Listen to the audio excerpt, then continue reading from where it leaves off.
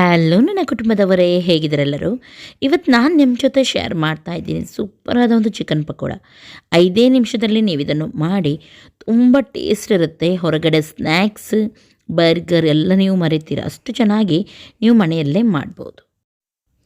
Okay, ನಾನಿಲ್ಲಿ ಅರ್ಧ K ಜಿಯಷ್ಟು ಬೋನ್ಲೆಸ್ ಚಿಕನ್ ತೊಗೊಂಡಿದ್ದೀನಿ. ಅದನ್ನು ನಾನು ಸ್ವಲ್ಪ ಮಿಕ್ಸಿಯಲ್ಲಿ ಗ್ರೈಂಡ್ ಮಾಡಿದ್ದೀನಿ, ಹಸಿಯಾಗಿಯೇ ಗ್ರೈಂಡ್ ಮಾಡಿದ್ದೀನಿ. ಅದಕ್ಕೆ 1/4 ಚಮಚದಷ್ಟು ಬಡಿಶೇಪ್ ಹಾಗೂ ಸ್ವಲ್ಪ ನಾನು ಗರಂ ಮಸಾಲವನ್ನು ಹಾಕಿದ್ದೀನಿ. ಹಾಗೂ 1 ಕಪ್ಪಷ್ಟು ಕಡಲೆ ಹಿಟ್ಟು ಅಂದರೆ ಬೇಸನ್ ಹೇಳ್ತಾರೆ ನೋಡಿ, ಅದನ್ನು ಹಾಕ್ತಾಯಿದ್ದೀನಿ. ಅರ್ಧ ಚಮಚದಷ್ಟು ಪೆಪ್ಪರ್ ಪೌಡರ್ ಹಾಕ್ತಾಯಿದ್ದೀನಿ. ಅರ್ಧ ಚಮಚದಷ್ಟು ಚಿಲ್ಲಿ ಪೌಡರ್ ಆ್ಯಡ್ ಮಾಡಿದ್ದೀನಿ. ಖಾರ ಜಾಸ್ತಿ ಇಷ್ಟ ಇದ್ದವರು ಜಾಸ್ತಿ ಹಾಕ್ಬೋದು. 1/4 ಚಮಚದಷ್ಟು ಇಲ್ಲಿ ಅರಿಶಿನ ಪೌಡರ್ ಹಾಗೂ ಸ್ವಲ್ಪ ಕೊತ್ತಂಬರಿ ಪೌಡರ್, 2 ಚಮಚದಷ್ಟು ಕಾರ್ನ್ಫ್ಲೋರ್. ಕ್ರಿಸ್ಪಿ ಆಗುತ್ತೆ ನೀವು ಕಾರ್ನ್ಫ್ಲೋರನ್ನು ಹಾಕಿದರೆ. ಹಾಗೆ ಇಲ್ಲಿ ಸ್ವಲ್ಪ ನಾನು ವೆನಿಗರ್ ಹಾಕ್ತಾಯಿದ್ದೀನಿ. ಇದರ ಬದಲು ಲಿಂಬೆ ರಸ ಕೂಡ ನೀವು ಹಾಕ್ಬೋದು. ಜಿಂಜರ್ ಗಾರ್ಲಿಕ್ ಪೇಸ್ಟ್ ದೊಡ್ಡ ಚಮಚದಷ್ಟು ಹಾಕ್ತಾಯಿದ್ದೀನಿ. ಇದರ ಫ್ಲೇವರ್ ಇದರಲ್ಲಿ ತುಂಬ ಚೆನ್ನಾಗಾಗುತ್ತೆ. ಸಣ್ಣದಾಗಿ ಹೆಚ್ಚಿದ ಕೊತ್ತಂಬರಿ ಸೊಪ್ಪನ್ನು ಹಾಕೋಣ ಹಾಗೂ ರುಚಿಗೆ ತಕ್ಕಷ್ಟು ಉಪ್ಪನ್ನು ಕೂಡ ಸೇರಿಸೋಣ. ಬೇಕಿದ್ರೆ ನೀವು ಪುದೀನವನ್ನು ಕೂಡ ಹಾಕ್ಬೋದು. ಓಕೆ, ಇಲ್ಲಿ ಸ್ಟೈಲ್ ಮಾಡಲಿಕ್ಕೆ ಹೋಗಿ ಚಮಚದಲ್ಲಿ ಮಿಕ್ಸ್ ಮಾಡಲಿಕ್ಕೆ ಹೋಗಬೇಡಿ. ಕೈಯಲ್ಲೇ ಸರಿಯಾಗಿ ಮಿಕ್ಸ್ ಮಾಡಿದರೆ ಮಾತ್ರ ಚೆನ್ನಾಗಿರುತ್ತೆ, ಸರಿಯಾಗಿದು ಮಿಕ್ಸ್ ಆಗುತ್ತೆ. ನೋಡಿ, ಚಿಕನನ್ನು ನಾನು ಚೆನ್ನಾಗಿ ಮಿಕ್ಸಿಯಲ್ಲಿ ಗ್ರೈಂಡ್ ಮಾಡಿದ್ದೆ ಹಸಿಯಾಗಿ, ತುಂಬ ಚೆನ್ನಾಗಿ ಬಂದಿದೆ.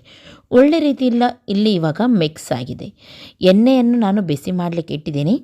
ಇವಾಗ ಡೈರೆಕ್ಟಾಗಿ ಪಕೋಡ ಎಲ್ಲ ಯಾವ ರೀತಿ ಬಿಡ್ತೀವಿ ನೋಡಿ, ಆ ರೀತಿ ಬಿಡಲಿಕ್ಕಿದು ನೋಡಿ. ಹೀಗೆ ಮ್ಯಾರಿನೇಟ್ ಮಾಡಿ ಒಂದು 5 ನಿಮಿಷ ನೀವು ಹಾಗೆಯೇ ಬಿಡಿ, ಮಸಾಲೆ ಎಲ್ಲ ಚೆನ್ನಾಗಿ ಎಳೀಲಿ. ಆಮೇಲೆ ಎಣ್ಣೆಯಲ್ಲಿ ಬಿಟ್ಟರೆ ಆಯಿತು ನೀವು. ಓಕೆ ನೋಡಿ, ಈ ರೀತಿ ನೀವು ಬಿಟ್ಟರೆ ಆಯಿತು. ಡೈರೆಕ್ಟಾಗಿ ಆಯಿಲಿಗೆ ಪಕೋಡ ಬಿಡೋ ರೀತಿ ಬಿಡೋದು. ತುಂಬ ಸಿಂಪಲ್ ಇದೆ. ಇದಕ್ಕೆ ಯಾವುದೇ ಶೇಪೆಲ್ಲ ನೀವು ಕೊಡಬೇಕಂತ ಇಲ್ಲ. ತುಂಬ ಕ್ರಿಸ್ಪಿಯಾಗಿ ಟೇಸ್ಟಾಗಿ ಬರುತ್ತೆ ಇದು. ಮನೆಯಲ್ಲಿ ಎಲ್ಲರೂ ಕೂಡ ಇದನ್ನು ತುಂಬ ಇಷ್ಟಪಡ್ತಾರೆ. ಸಣ್ಣ ಮಕ್ಕಳಿಂದ ಹಿಡಿದು ದೊಡ್ಡವರಿಗೆ ಕೂಡ ಇಷ್ಟ ಆಗುತ್ತೆ. ಓಕೆ, ಇವಾಗ ಫ್ರೈ ಆಗ್ತಾ ಬರುವಾಗ ನಾನು ಇದಕ್ಕೆ ಸ್ವಲ್ಪ ಕರಿಬೇವು ಸೊಪ್ಪನ್ನು ಹಾಕ್ತಾ ಇದ್ದೀನಿ. ಇದರಿಂದ ಇದರ ಟೇಸ್ಟ್ ಇನ್ನೂ ಕೂಡ ಚೆನ್ನಾಗಿರುತ್ತೆ. ಓಕೆ, ಚೆನ್ನಾಗಿ 2 ಸೈಡ್ ಕೂಡ ಒಳ್ಳೆ ರೀತಿ ಕ್ರಿಸ್ಪಿಯಾಗಿ ಬ್ರೌನ್ ಕಲರ್ ಬರೋವರೆಗೂ ನೋಡಿ ಈ ರೀತಿ ಫ್ರೈ ಮಾಡಿ. ಈ ರೀತಿ ಗೋಲ್ಡನ್ ಬ್ರೌನ್ ಬಂದಿದೆ, ನಾವಿದನ್ನು ತೆಗೆಯೋಣ. ಇಷ್ಟೇ ಮಾಡಲಿಕ್ಕಿರೋದು. ತುಂಬ ಸಿಂಪಲ್ ಇದೆ, ನೋಡಿದ್ರಲ್ಲ. ಖಂಡಿತವಾಗಲೂ ಇದನ್ನು ನೀವು ಟ್ರೈ ಮಾಡಿ, ಆಮೇಲೆ ಕಮೆಂಟ್ ಮಾಡಿ ಹೇಳಿ ಯಾವ ರೀತಿ ಆಗಿತ್ತಂತ ಹೇಳಿ. ಓಕೆ, ಇವತ್ತಿನ ಈ ರೆಸಿಪಿ ನಿಮಗೆ ಇಷ್ಟ ಆಯ್ತು ಅಂತಾದರೆ ಒಂದು ಲೈಕ್ ಮಾಡಿ, ನಿಮ್ಮ ಫ್ರೆಂಡ್ಸ್ ಜೊತೆ ಎಲ್ಲರ ಜೊತೆ ಶೇರ್ ಮಾಡಿ. ಹಾಗೂ ನನ್ನ ಚಾನಲ್ಗೆ ಇನ್ನೂ ಕೂಡ ನೀವು ಸಬ್ಸ್ಕ್ರೈಬ್ ಮಾಡಲಿಲ್ಲ ಅಂತಾದರೆ ಇವಾಗಲೇ ಸಬ್ಸ್ಕ್ರೈಬ್ ಮಾಡಿ.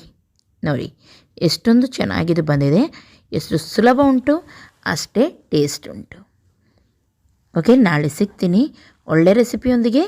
ಎಲ್ಲರಿಗೂ ಟೇಕ್ ಕೇರ್, ಬಾಯ್ ಬಾಯ್.